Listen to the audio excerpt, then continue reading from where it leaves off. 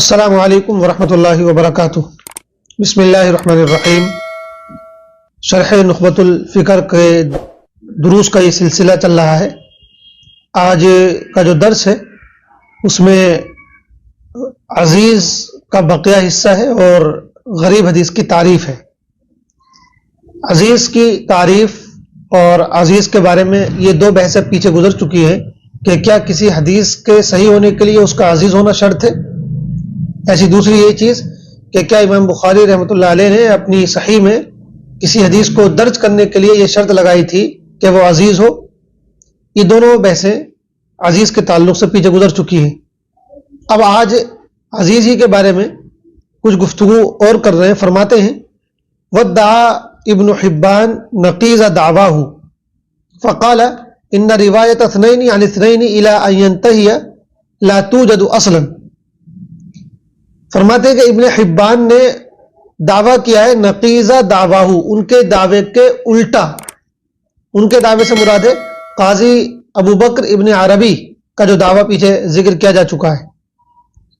فرماتے ہیں کہ وَدَّعَا ابن حبان نقیضہ دعواہ، ابن حبان نے قاضی ابو بکر ابن عربی کے دعوے کے بالکل الٹا دعویٰ کیا ہے۔ قاضی ابو بکر ابن عربی کا دعویٰ یہ تھا کہ امام بخاری نے یہ شرط لگائی ہے کہ وہ عزیز کو ہی اپنی کتاب میں درج کریں گے، اور ابن حبان نے اس کے بالکل الٹا دعویٰ کر دیا ہے۔ کیا دعویٰ کیا ہے؟ فقال، تو انہوں نے کہا ہے کہ ان روایت اثنین عن اثنین الی ان ينتهي لا توجد اصلا، کہ دو کی دو سے روایت یہاں تک کہ یہ سلسلہ آخر تک پہنچ جائے، لا توجد اصلا، کوئی روایت ایسی پائی ہی نہیں جاتی ہے، ہرگز نہیں پائی جاتی ہے۔ ان کا دعویٰ یہ ہوا ابن حبان کا کہ گویا کہ عزیز جو حدیث ہے وہ موجود ہی نہیں ہے، وہ پائی ہی نہیں جاتی ہے۔ چاہے جائے کہ اس طرح کے دعوے کی جائیں کہ بخاری کی شرط ہے کہ نہیں شرط ہے، صحیح کی شرط ہے کہ نہیں شرط ہے، وہ تو بات کی چیز ہے۔ یہ شرطیں تو تب لگائی جاتی ہے جب اس کا وجود ہوتا۔ تو ابن حبان نے گویا کہ یکسر نکار دیا اس بات کو کہ عزیز حدیث بھی کوئی ہوتی ہے۔ وہ فرماتے ہیں ایسی کوئی روایت موجود ہی نہیں ہے۔ قلت، مصنف فرماتے ہیں میں یہ کہتا ہوں کہ ان اراد ان روایت اثنین فقط عن اثنین فقط لا توجد اصلا فیمکن ان یسلم۔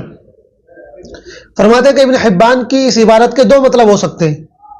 ایک مطلب تو یہ ہو سکتا ہے کہ وہ یہ کہنا چاہ رہے ہیں کہ ہر طبقے میں دو ہی دو راوی ہوں، کسی بھی جگہ جا کر دو سے زیادہ بھی نہ ہوئے ہوں، ایسی کوئی روایت نہیں پائی جاتی ہے۔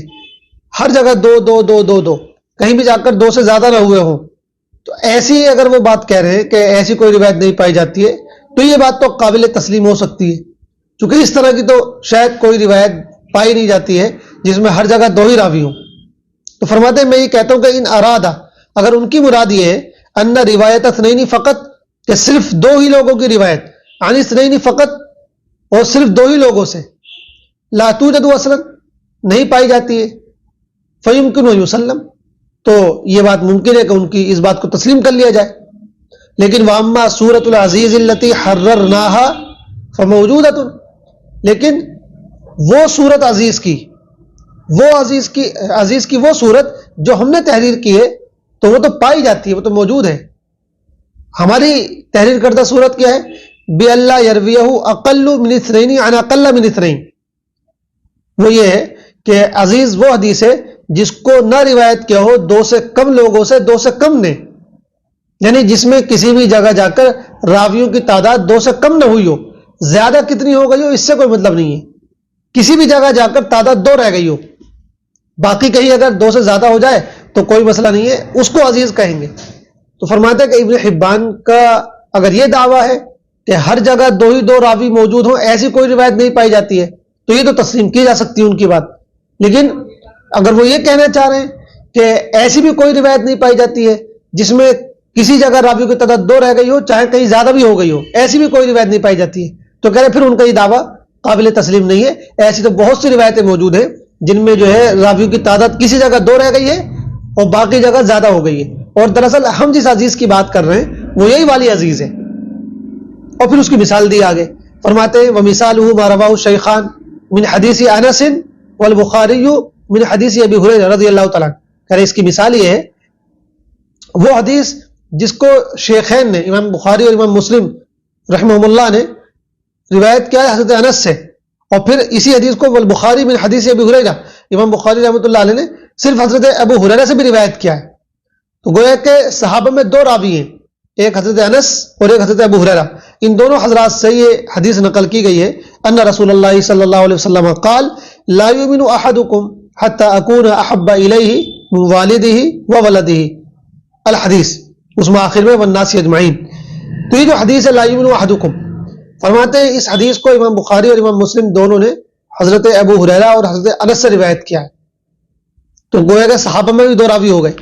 وَرَوَاهُ عَنْ أَنَسٍ رضی اللہ تعالیٰ عنہ قتادہ و عبد العزیز بن صہیب. پھر اس کے بعد حضرت انس رضی اللہ تعالیٰ عنہ سے اس کو دو تابعین نے روایت کیا ہے, قتادہ نے اور عبد العزیز نے. تو گویا کہ دوسرے طبقے میں بھی دو راوی ہیں, صحابہ کے طبقے میں بھی دو ہو گئے, اس کے بعد ان سے جو روایت کر رہے ہیں حضرت انس سے اس میں بھی دو راوی ہو گئے, قتادہ اور عبد العزیز. وَرَوَاهُ عَنْ قتادہ شعبہ و سعید. حضرت انس سے روایت کرنے والے دو ہو گئے, قتادہ اور عبد العزیز.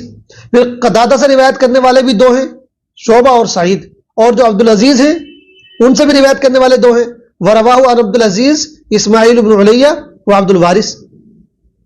تو اس طرح صحابہ میں دو لوگ ہوئے, حضرت ابو ہریرہ اور حضرت انس.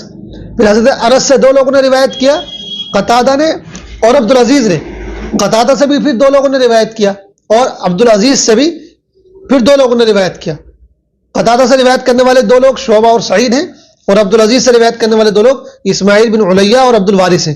پھر وَرَوَاهُ عَنْ كُلٍّ جَمَاعَةٌ, پھر ان چاروں میں سے ہر ایک سے, یعنی شعبہ اور سعید اور اسماعیل اور عبد الوارث, ان چاروں میں سے ہر ایک سے روایت کرنے والے ایک پوری جماعت ہے. ان سے پھر بہت سے لوگوں نے روایت کیا ہے.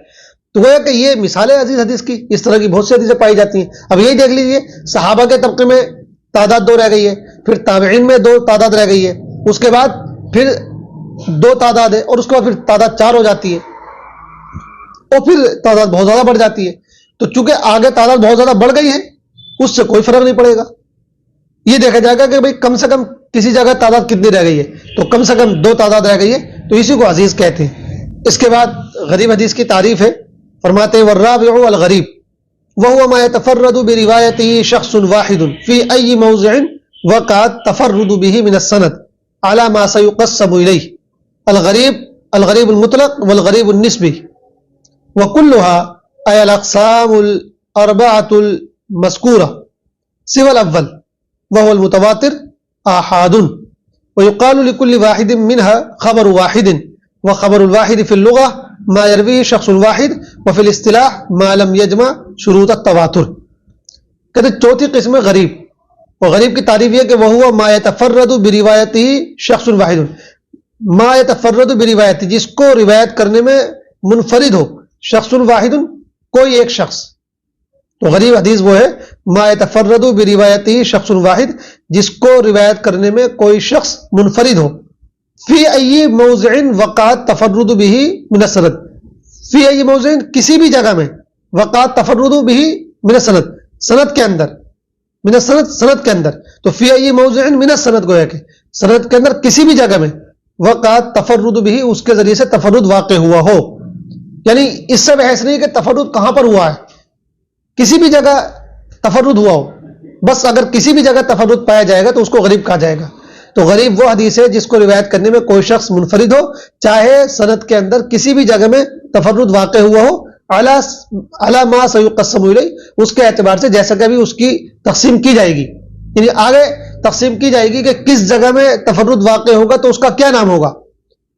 تو اس سے بحث نہیں ہے, یہ تقسیم تو ہم کریں گے کہ اگر تفرد ابتدا میں ہے تو اس کا نام کچھ اور ہوگا, اور اگر انتہا میں ہے تو اس کا نام کچھ اور ہوگا. لیکن بنیادی طور پر غریب کی تعریف یہ کہ کسی بھی جگہ سند میں تفرد پایا جائے, علی ما سیقسم الیہ, جیسا کہ عنقریب اس کی تقسیم کی جائے گی. کائے کی طرف تقسیم کی جائے گی, غریب مطلق اور غریب نسبی کی طرف.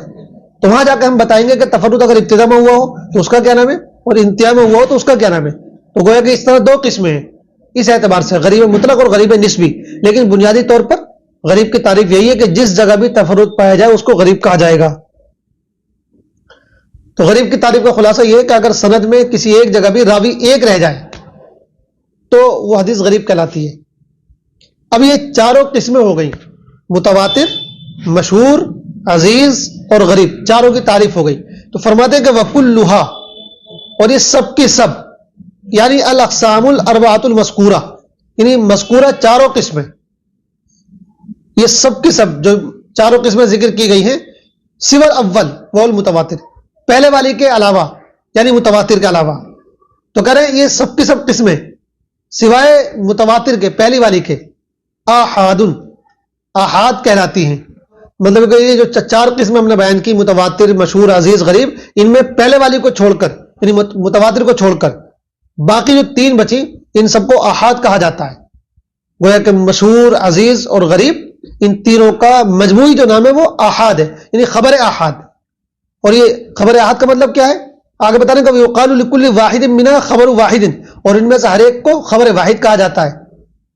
یعنی جب ہم یہ کہتے ہیں کہ خبر آحاد تو مطلب ہوتا ہے کہ مشہور، عزیز، غریب تینوں مراد ہوتی ہیں.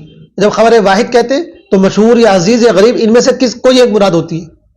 مشہور ہے مان لیجیے ہم اس کو کہیں گے یہ خبر واحد ہے، عزیز ہم اس کو کہیں گے یہ خبر واحد ہے، اور ایسے ہی غریب ہے تو ہم اس کو کہیں گے یہ خبر واحد ہے. اور جب خبر آحاد بولا جاتا ہے تو مجموعی طور پر تینوں کے لیے بولا جاتا ہے. یعنی ہم یہ کہہ سکتے ہیں کہ متواتر کے مقابلے میں خبر آحاد بولا جاتا ہے اور اس میں یہ تینوں قسمیں شامل ہوتی ہیں اور تینوں مراد ہوتی ہیں. باقی جب ہم ایک ایک کی بات کریں گے، ان میں سے عزیز کی بات کریں گے، غریب کی بات کریں گے، مشہور کی بات کریں گے، تو ہم کہیں گے کہ ھذا خبر واحد، یہ خبر واحد ہے. اب یہ خبر واحد جو ہے واحد سے نکلا آحاد، ٹھیک ہے. تو خبر واحد کے اصل معنی کیا ہے؟ فرماتے ہیں کہ خبر واحد کا جو لغت میں اصل معنی ہے وہ تو یہ ہے کہ ما یرویہ شخص واحد، جس کو کوئی ایک شخص روایت کرے. بھائی خبر واحد مضاف مضاف الیہ واحد ایک کو بولتے ہیں، تو ایک کی خبر لغت کے اعتبار سے تو اس کا ترجمہ یہ ہوا. لہذا اگر لغت کے اعتبار سے آپ دیکھیں تو مشہور کو خبر واحد نہیں کہنا چاہیے، چونکہ مشہور میں تو راوی کئی ہوتے ہیں. ایسی عزیز کو بھی خبر واحد نہیں کہنا چاہیے، چونکہ عزیز میں بھی راوی کم سے کم دو ہوتے ہیں، جبکہ خبر واحد آپ کہہ رہے ہیں اس کو.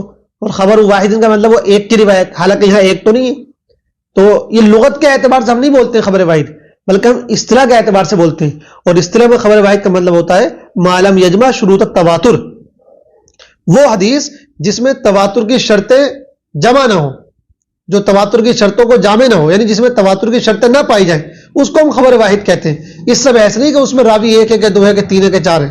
بس متواتر کے مقابلے میں ہم خبر واحد بولتے ہیں، خبر احاد بولتے ہیں. جہاں بھی تواتر کی شرطیں جمع نہ ہو اس کو خبر واحد کہا جاتا ہے. تو مشہور پر، عزیز پر اور غریب پر جو خبر واحد کا اطلاق ہوتا ہے وہ اصطلاحی معنی کے اعتبار سے ہوتا ہے. لغوی معنی کے اعتبار سے مشہور اور عزیز پر خبر واحد کا اطلاق نہیں ہو سکتا، صرف غریب پر ہو سکتا ہے. لیکن محدثین نے جو خبر واحد کا اطلاق کیا ہے وہ اصطلاحی اعتبار سے کیا ہے. یہاں پہنچ کر متواتر کی، مشہور کی، عزیز کی اور غریب کی، ان چاروں کی تعریفات اور کچھ جو ضروری ان کے سلسلے میں گفتگو تھی وہ یہاں مکمل ہو چکی ہے. اب آگے خبر احاد کے حوالے سے کچھ اور مباحث جو آئیں گے ان پر بھی انشاءاللہ آگے بات ہوگی. آج یہیں پر اکتفا کرتے ہیں. والسلام علیکم ورحمۃ اللہ وبرکاتہ.